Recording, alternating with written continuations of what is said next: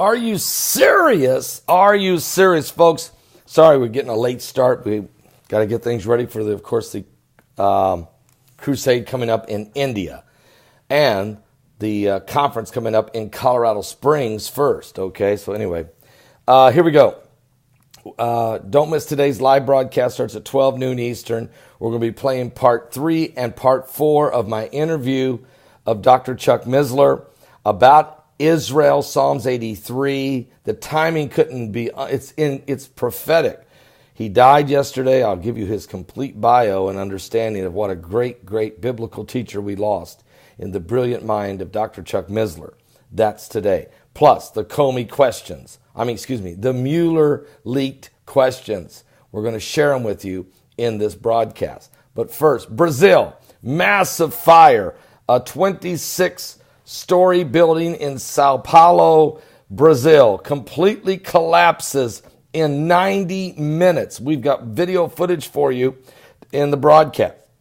There's it's according to reports, 150 firefighters were battling the blaze, which is thought to have been caused by a gas explosion. This high-rise, 26 floors high, had been occupied by squatters, and firefighters fear more people may have been trapped inside. Witnesses said flames spread quickly from one of the lower floors and set the adjacent building on fire. Like a tsunami, some 50 families had moved into the building in Largo area of the city after the federal police force, which had been using it, vacated it some years ago. Firefighters evacuated the high-rise, but as they were taking out the last of the residents, the building collapsed, killing one man. It was a matter of seconds, but we couldn't save him, said firefighter Max Mina. It felt like a tsunami when the building came down. A 58-year-old woman who lived on the 4th floor told the newspapers, "I could not take anything with me." And Diaz Silva, age 31, told the newspapers she was asleep inside one of the rooms with her 5 children when she was awoken by the screaming. "When people told me there was a fire, I woke up the children and we ran." A nearby hotel had been evacuated. The hotel receptionist told the newspaper he was alerted to the blaze by the shouting. "At first I thought it was a fire, but then I heard people shouting, 'Get out, get out.'" The fire started at 1:20 local time, and the flames spread quickly through this high-rise, completely collapsing it in 90 minutes. What? The governor said this was just an accident waiting to happen, as the residents had resisted leaving. They were squatters, just looking for anywhere to get in out of the rain, folks. Folks homeless everywhere there in Brazil. Just a terrible situation. We'll show you the actual footage of this fire, which is unbelievable. But there's a lot we're going to talk about in our live broadcast. The Chuck Missler interview. Last night we played part 1 and part 2. I interviewed Chuck Missler on October the 20th, 2015.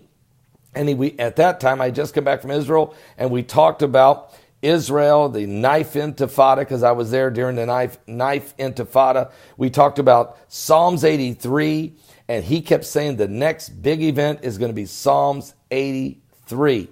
This was an incredible interview about Israel and Iran, and that the war was looming, and that he said the war was going to happen, but that it would be a great event for Israel. I'm going to look at his exact words. He said it would be a positive event for Israel. Psalms 83 would be a positive event. So this is incredible. Now, he died yesterday, Dr. Chuck Missler, so our prayers go out to his family and his entire organization. But the odds of that interview and him dying yesterday and our discussion is exactly what's happening right now is just about impossible. But it was very prophetic, and I will play part 3 and 4 for you during our live broadcast today, 12 noon Eastern. Don't miss it. My website at paulbegleyprophecy.com. The prophecies are coming together. We're going to talk about Missler. We're going to talk about the Trump and Mueller's leaked questions.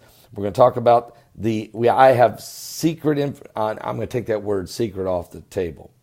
I have new information that's not yet published out there in on the internet yet, but from a very reliable source on the type of factory that where Israel bombed in Syria, that was actually an Iranian nuclear assembly factory underground that they were assembling. And that's what Israel blew up. And that's probably why that the explosion was so powerful, because when they blew up all those missiles and parts down in there, it rocked the place and caused a 2.6 earthquake. Now, this is unconfirmed reports, but my source is very, very, very reliable. So we're just going to wait and see. Because at first they said maybe Israel used a tactical nuke. But no, it sounds like there was a tactical nukes in the bunker that the Iranians had that Israel blew up with that attack. And then there's others saying maybe it was the Americans that actually did the attack. Well, I think it's possible that both did it, but certainly Israel. All right, we'll be back with more. Give your life to Jesus Christ. Netanyahu drops the other shoe, guys. Iran lied. We'll talk about all of that. And the Saudi prince is telling the Palestinians, you need to take the Trump deal or shut up. What? I mean, we got a lot to talk about. Are you serious?